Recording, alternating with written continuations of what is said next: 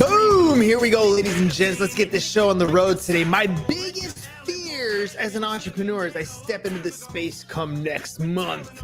Let's find out what those are. Here we go. Shut up and sit down. The Business Bros Podcast was created for you. Learn from the business professionals who come to share their stories. Find out what's working in business, on social media, what's hot and what's not, straight from the mouths of successful entrepreneurs out there doing the real work. And now, welcome to another episode of Business Bros. All right, ladies and gents, we got the solo episode going. Every once in a while it happens. I mean, let's face it, the show books up 10 weeks in advance. We got people booking up into April as of right now. But every once in a while, since it's 10 weeks out, we get someone that can't show up, doesn't show up, technical difficulties. And when that happens, you get me to go solo. So here we go. I mean, biggest fears as an entrepreneur. So for those of you guys who've been following along, recently I told you about how I teach part-time at East Lake High. And that might be coming to an end very, very soon. So what happens at that point is, well, I'm 100% going to be dependent on my skills as an entrepreneur. I've been in business in one way or another ever since I was about 19, 20 years old. It started off on accident. James and I were in business with this computer repair company called PC Cruisers. And it happened because, well, we bought a house, James and I together. Parents helped us buy our very first house. It was awesome. And a few months into that, James decides he's going to go off-roading on his truck when he worked as a subcontractor for Cox Communications and roll the truck. And naturally, you're not allowed to do that at work. They'll tend to fire you. So he got fired and we had to figure it out. Money, bills, all those things were still coming no matter what was going on. We still had to pay bills. We had this mortgage we had to pay and he needed work. So at the time we were installing he was installing high-speed internet. This is back in the AOL days, right? Where you would get a disc in the mail and you would, dial up and we had this new thing come out that was high-speed internet. So Cox was going around and installing high-speed internet in different people's houses. And at the same time, this was around the era of Windows 98 and Windows XP. So, Windows had this reputation of crashing all the time. You would have errors or mistakes or whatever, and we'd have to turn around and format and reinstall this thing. And so at that time, James and I needed something to do, so we created these flyers. We went around in our local neighborhoods. Literally, this is how old I was. I mean, young kid. I strapped on my rollerblades. Yeah, rollerblades. I strapped on my rollerblades, got these flyers. James and I would go around, pick a neighborhood, and we just distribute flyers, 500 or 1,000 at a time in a one day. That we spent the entire morning going door to door, handing out these flyers. But it worked, right? At that time, it worked. We finally got a little bit smarter. Instead of using the flyers, we used door hangers, and we'd put the sticker on the bottom and it said, take the sticker off, throw the door hanger away, throw the sticker on your computer. When you need us, call us. We'll be there. PC Cruisers, we cruise to you. And it worked. And that was the first time I ever had money problems where the lack of money was the problem. And the lack of money was one of my greatest fears as an entrepreneur. I knew that bills were due and I had to figure out a way on how to pay these bills. So we figured it out. We went from having, money problems to having enough appointments to pay our bills, to having too many appointments where we had to bring on new employees and so forth. The story doesn't end so well. We ended up, going under after a while. James got his heart broken by his girlfriend. He ended up joining the Navy, took off, and we had to shut that thing down. And I learned so much in that process. But, the thought process, that fear that sets in when you are backed up against the corner, when you don't know what tomorrow is going to hold. The bills are coming every single month. That the overhead has to come. You got to put food on the table. Those are huge pressures, right? And as an entrepreneur, you just don't know. Sam's like, Cox sucks. You know what, dude? I don't know, man. I've always loved Cox Internet. It's worked for me. Right now I have DirecTV because I wanted the Sunday ticket, but I have the internet as far as I have right now is Cox Cable. Although I hear some of those, what are they called? They're not Wi-Fi. They're fiber optics. I hear the fiber optic internet is even better. So we'll see how that goes. And Sam, I think you cursed me here because I literally have the little icon that says my connection is unstable at this point. Why? Because you mentioned that cock sucks. It heard me. So hopefully my connection is okay. And you're hearing me keep going with this thing. So number one fear, right now I have a very comfortable life. It's very comfortable. I don't worry about paying my bills. I don't worry about medical insurance. As a teacher, you work basically half the year, and then you get half the year off because the kids are on vacation, summer vacation, spring break. I mean, my father-in-law always says, and he says it in a funny way, he's like, you guys got a racket going on there. And it's true. I believe it's true. I mean, we got a great thing going here. So to be in a position where I'm going to have to walk away from that and go fend for myself again, something that I haven't had to do in many years, that's one of those great fears. That's one of those scary things that is presenting itself in my foreseeable future. And I know there are entrepreneurs out there who are going through the same type of thing, who are on the verge of maybe starting something because it's out of necessity. Maybe they're starting something because they have to pay for their kids' college. Maybe it's a new baby coming around the corner. Maybe it's the death of a spouse or the breadwinner in your family. There are plenty of situations out there where people are forced into the situation where they have to become an entrepreneur. And then they step into this space where they have to generate revenue for themselves. And the fear of not having money is that number one driving factor. But there are more things in the entrepreneurial space that people, I think, underestimate, right? I mean, it sounds simple. Oh, I just got to get something and sell it to somebody else and I'll make a profit, right? It sounds simple. Maybe I'm going to be a real estate agent. Oh, it's easy. I'm just going to get my license and I'm going to find clients and we're going to help them buy or sell their home. It sounds simple. But when you get into the practice of it, when you get out there and figure out, what is it that I have to do as an entrepreneur? One of those fears that had set in for me was, what happens if I'm wasting away my day? When will I know? There's nobody telling me what to do, when to do it, how to do it. There is literally zero amount of people holding me accountable to what I'm going to do in the next couple days. Sounds good, right? I don't have a boss. Sounds good. Nobody's telling me when to wake up. It sounds good. But then the guarantee is also gone. The security is also gone. That monthly paycheck is also gone. So, another big fear, schedule. Okay, so when James and I started doing the computer repair business, it was awesome. Nobody was there to tell us what to do, when to clock in, when to get to the office, or none of that. We had employees that would get there before we did, might open up the store. We had employees that we would set their schedule and they'd show up, pick up their work orders for the day and go out and deal with the clients. And it was awesome. But we were young, right? And when you're in your 20s, I don't know about you guys, but in my 20s, we loved living it up. We have parties all the time. We're doing things that we probably shouldn't have been doing because, hey, that's what you do when you're in your 20s.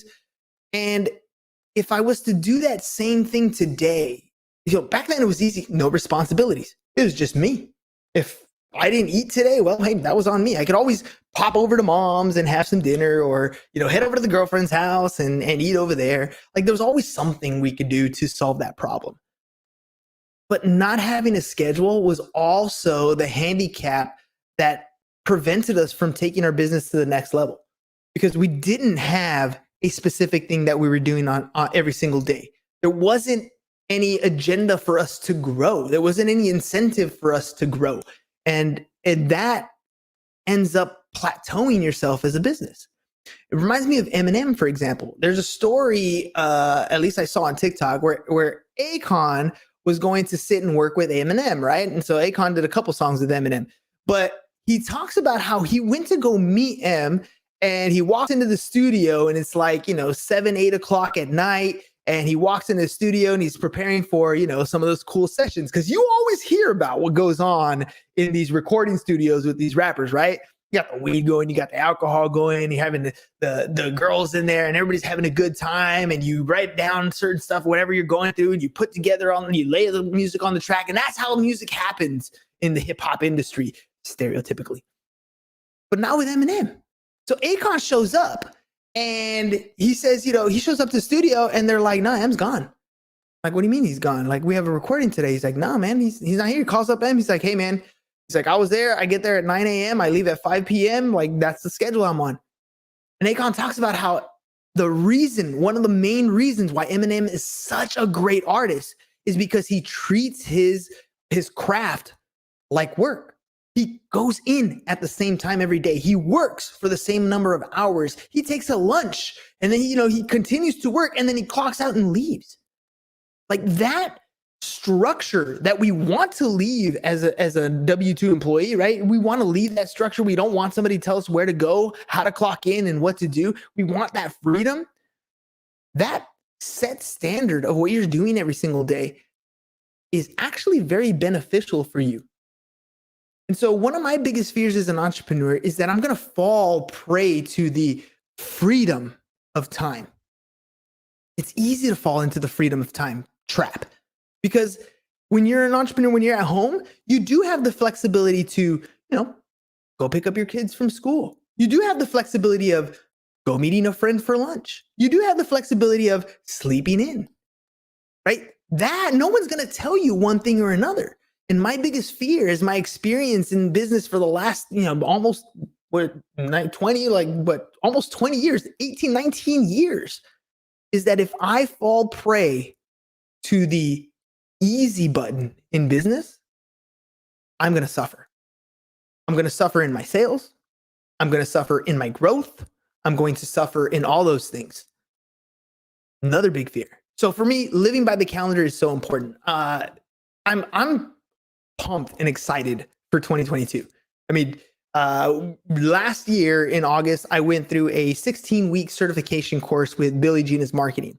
And I was fortunate enough to put in the work and then become Genius of the Year. I got the #1 spot in the class, and that was an amazing experience. First of all, I got to have a mentor and learn from the mentor right off the bat. And if you scroll through my Instagram, at some point, there's a video where I'm talking about getting started for this thing. And I said in that video, Billy doesn't know it, but he's going to become one of my really good friends. Right. And it was cool to go through the experience and really get to know him and learn from him as a mentor, learn about the entire process of creating funnels and automations and creating ads and doing all those cool things, stuff that I had dabbled in, but now I was learning how to put it all together, how to put these pieces together. And even then, I was still dealing with time constraints. What is the time constraint that I was dealing with? I needed to live by my calendar. In order for me to achieve Genius of the Year, I had to set in my calendar. I was going to show up to Genius Studios at a specific time. I was going to leave at a specific time. I was going to do my podcast at a specific time. I was then going to do the homework at a specific time. I needed to treat it like a business or it wasn't going to happen. I need to have my calendar working for me, living my life by design, not by default, right? You literally get to design the life you want. But if you don't design it by default, it will rule you. Look, time isn't, you don't have control of it. It's moving. It's going forward. It's going to pass you up. I don't know how old you are, but I remember being 25 years old and thinking I was going to conquer the world. This year I turned 40. Where did the last 15 years go?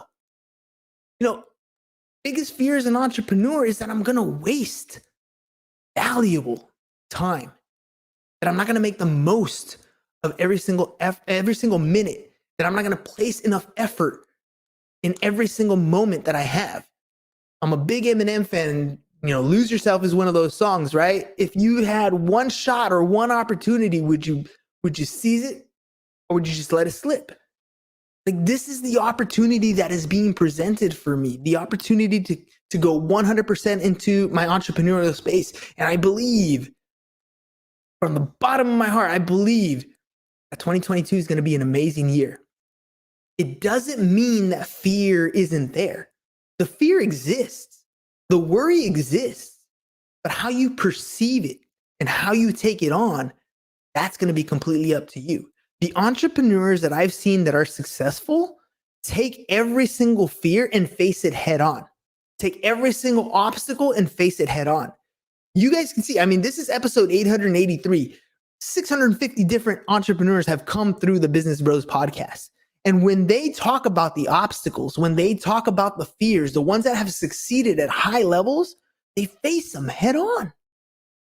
And that's what for me, working from home, working in a digital world, having the opportunity to do what I do best now, which is get behind this microphone, have a conversation, show up with energy, show up with enthusiasm, help grow businesses by bringing them more business. That's such a blessing. It's an amazing opportunity that's presented in front of me. And I need to take my time to design my day so that I am more profitable, so that I'm more effective, so that I'm more efficient with every hour that I spend in work. And when I'm working, I work. Now, I'm the type of person who maybe has been accused once or twice, or maybe a lot of times, of being a workaholic, of working too much. But literally, like, too much? What's too much? You know, my counterparts, people who tell me that, I look at them and I'm like, yeah, but you're wasting your day. You're clocking in 40 hours a week at a place you hate to go to. You hate Mondays. You love Fridays. You can't wait to get out of the place you're going to, yet you go there every day. You might only work 40 hours, but you're doing something you hate every day. Whereas me, I might be working 60, 80 hours a week or whatever it is, but the work that I'm doing, I love to do. Right? Like the podcast, for example. This is like one of my biggest happy moments every single time. When it gets close to 4:00 and it's almost time to go on the podcast, like I'm pumped. I literally sit down, I plug in my phone, right? I hit some music, I throw my headphones on, and I'm jamming right here. So I'm ready to rock this joint. I'm ready to have the energy that I have from my music. I transfer it to my mind, and then I bring it onto the show every day. And no, I am not getting paid on an hourly wage to be on the show. Yes, I have learned to monetize the podcast, and I can teach you to do the same thing, right? But what happens if this is the only thing I depend on? Can I put enough passion? Can I keep it as powerful? Can I structure it in a way where it pays for my livelihood? And I'm not talking about barely getting by, right? Because let's think about this, right? Life by design. When I think of my life is not barely getting by. I have a standard of living that I have created for myself. A way, and don't get me wrong, I am not a big spender, right? I mean, I'm not wearing $200 pair of sneakers. I don't buy $50 t-shirts or anything. You see me in real life, I'm wearing a hoodie, some sweats, and maybe some flip-flops. Like, that's really how I operate. And in the summer, I'm wearing shorts, like, this is me. So I'm not a big spender, but I love the opportunity to be able to do the things that I want to do. Right? This computer, for example, I'm literally on right now, the camera isn't that great. So you know what? If I want to go and buy a new computer, I want to be able to do that and not have to think about it. If I wanted to take my friends and family to a restaurant and have dinner and celebrate a birthday and pay for it, I want to be able to do that. And so living my life by design is so important to me. And having that lifestyle, what does that dollar amount look like to you? This is an exercise that you guys should definitely do. James has done this before. I loved it when he did it. It's amazing. Pick a dollar amount. Design your life. What is it that you want to do, right? What does it cost you when you live in the home that you want to live? Just map it out. Go on Redfin or Zillow or whatever and do a mortgage calculator. Pick the house that you ideally would want to live in. What does it cost? What's the monthly mortgage payment on that guy? Or what's the rent on that guy, right? What car do you want? What's the monthly lease payment? What's the car payment on that? How many vacations do you want to go on? Where do you want to go this year? 3 or 4 vacations? What's it going to cost? Put the package together. Find out. Because as you are creating this life for yourself, you're literally putting it on the board. Okay, my house is going to cost this much. And let's say a nice place that you want to live in. Maybe it's an elevated for you. Maybe it's $3,000, $4,000, $5,000 a month. Let's make it easy, right? Let's go with $3,000 a month. We're in San Diego, ladies and gentlemen. That's not going to get you much here, but I know across the country it will. $3,000 a month, right? That's the lifestyle you want to live on a monthly basis. Add in a car or two, maybe you and your spouse, maybe that's another, $1,000, maybe $1,500 for the kind of car that you want to, the kind of cars you want to drive, right? So start adding these things up. And when you really start looking at it, you're like, you know what? I can live the life of my dreams for $10,000 a month, maybe $15,000 a month. And you're starting to really put a number to the goal that you want to achieve. And now when you're looking at things, when it's time to make that sales call, when it's time to hop on that appointment, when it's time to jump on that webinar, when it's time to go through that training, when it's time to set up your calendar to do the things that you want to do, it's a lot easier because you know exactly where you're going. The fear of not having things is also a mental trick, right? The fact that you call it a fear and that you're thinking about this thing is also something that can trigger a negative aspect in your life. So I'm trying to describe to you, you design your life. Now you're putting good, positive mental images into your head. You know what your house is going to look like. You know what your car is going to look like. You know what kind of clothes you're going to wear. You're putting all these things in your head, and your mind is trying to figure out how to make that a reality. But think about the thought of a fear, right? I fear not having enough money to put food on the table. What are you thinking about? You're thinking about not having enough food on the table. I fear not being able to put a roof over my head and being homeless. Now you're thinking about how you're going to be homeless. Like, those fears you need to maintain and grab control of. You need to take back mentally, emotionally, what you're struggling with. And it's not easy to do, right? It definitely isn't easy. I was having a discussion with students today because I know there's some of them who deal with things like depression and stuff like that. And I overheard this comment in the classroom. They're like, "Oh, you're depressed? Oh man, it's okay. Just change that. You can change being depressed, right?" It's not always as easy as like flipping a switch. It will take some change in your physiology. One of the cool things that I love that Billy does in a lot of his trainings. Today he had the Genius Advantage training. And one of the things they do at the very beginning is they get you, even though you're on a Zoom call, they get you to stand up and move and dance and shake. Why? Because if you can change your physiology, if you can change the way you're moving, it will change your mindset. It'll put you in a better position. This is why in the morning, my minimum standard is to get up and work out. I may not feel like I want to at the very beginning, but I can guarantee you once I have changed my physiology, once I have gone through the push-ups, the sit-ups, and the run, I've set my mind up for success. I have a different kind of energy and a different perspective on the world because I went out and made it happen. The motivation wasn't there. And I could fear it. I could be scared of, running maybe early in the morning when it's still dark. I could have no motivation because it's cold outside and I'd rather be in my bed. But as soon as you change your physiology, as soon as you start moving, breathing, sweating, you start thinking a little bit differently.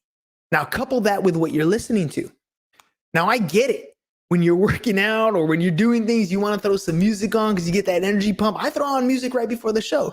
But when I run, I try not to listen to as much music. I try to force myself to listen to something that's more motivational, more educational, something that's going to put me in the mindset so that I can take on my day and win. I love listening to Mulligan Brothers on YouTube. And this is, Mulligan Brothers is basically a compilation of different people speaking. And it's paired up with some music. So it gets your energy going. It starts putting you in the right mindset. David Goggins, for example, get hard, get out there, callous your mind. Things that you're telling yourself. Right now, I've been listening to Ziglar on selling, asking the right questions because I want to get better at asking questions when I talk to my guests or when I'm on a sales call, asking the right questions and getting the real objections, the things that are holding our customers back or the things that they fear so that we can get those questions answered so that we can provide solutions that meet their needs. I'm preparing myself. I literally write this down in my journal every single day. I say it to myself every single day. I am a successful salesperson. I will learn something today that'll make me a better sales professional tomorrow. And where did it come from? It came from a Zig Ziglar book, right? Like at any given point, at any time during the day, I can have a conversation with somebody now that I would have a big fear before. Prior to this podcast, I would be afraid to talk to people because I wouldn't know what to say. I wouldn't know what to ask.